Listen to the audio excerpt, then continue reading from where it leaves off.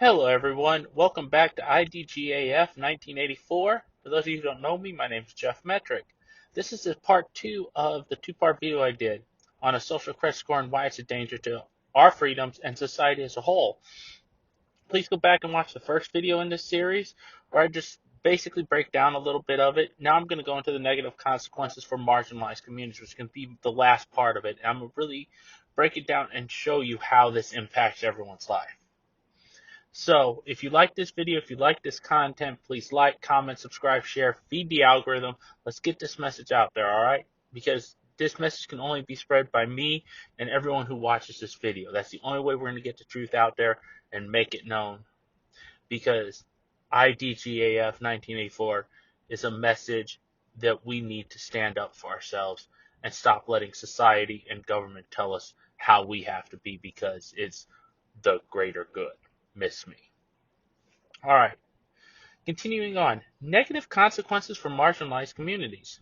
Social credit scores have the potential to magnify existing social inequities, disproportionately affecting marginalized communities. A score that is based on a range of factors including financial status, affiliation, and personal behavior can perpetuate discrimination against those who are already disadvantaged.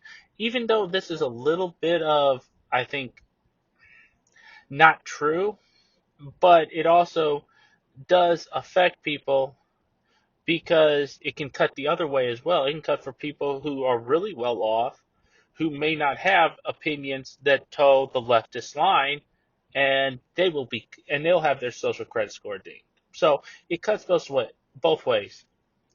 This further entrenches systemic biases, limiting opportunities, and perpetuating socioeconomic divides. It does.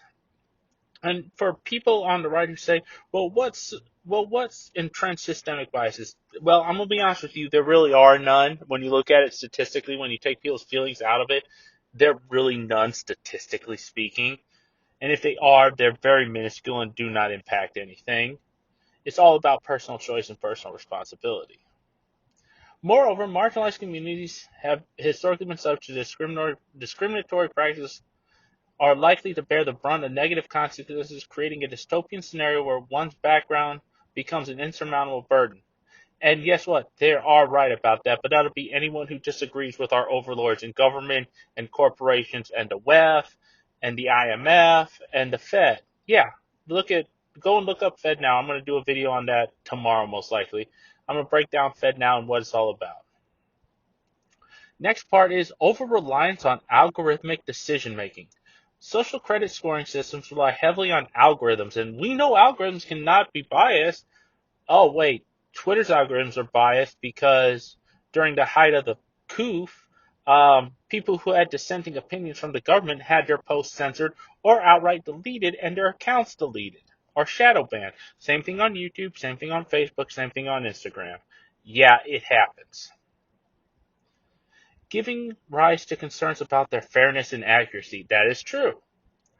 The opaque nature of these algorithms makes it impossible for individuals to understand how their score is calculated and to contest any error or biases. Wow, that's kind of like the no-fly list. This over-reliance on automated decision-making processes eliminate the human element, thus compromising the ability to address individual circumstances or exercise personal judgment. See, this is what it is. This is what the WEF, the federal government, the Federal Reserve, they don't want you to be human elements. They don't want you to have a say. Because the WEF and the UN's 2030 agenda, they actually came out the video. Go and look it up. By 2030, you will own nothing, have no privacy, and be happy. This is what this stuff leads to. It leads to 2030. So enjoy that dystopian future because I want no part of it. As a result, individuals may be unfairly penalized or denied opportunities based solely on algorithmic determinations, undermining the principles of fairness and justice. And I talked about this in the first part of the video. Oh, you've eaten too much beef this month. Your carbon usage is too high. So you can't buy meat anymore for the rest of the month because we have to offset your damage you've done to the environment, which is negligible when you really look at it. When you actually dig into it and don't believe the hype and the scare and the fear and the propaganda that the mainstream media puts out, you'll understand it's not as bad as they're making it out to be. So let's put a summary on all of this, and we can move on with the rest of our Saturday night. So, conclusion. While social credit scoring systems may have initially been touted as a means to promote social responsibility, China, look how well that worked out. And oh, for those of you that say, well, that's China, they're authoritarian, that would never happen in America. No, we have authoritarianism in America already.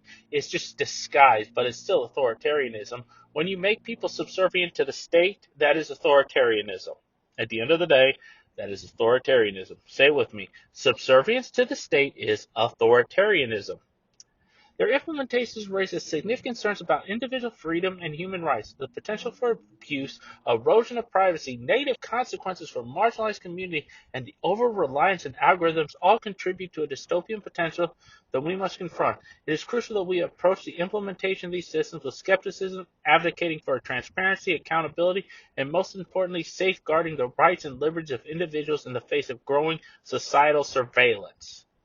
Because the social credit score is just a 21st century version of the Stasi that the Soviets used, that Eastern Europeans use. You spy on your neighbor. China was the first to implement it. We're gonna try to implement it. England already has something similar to this. Like in England, if you misgender someone, it's a crime.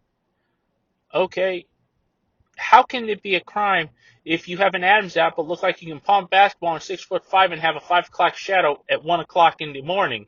Yeah, you're a man. Just accept it that biologically you're a man.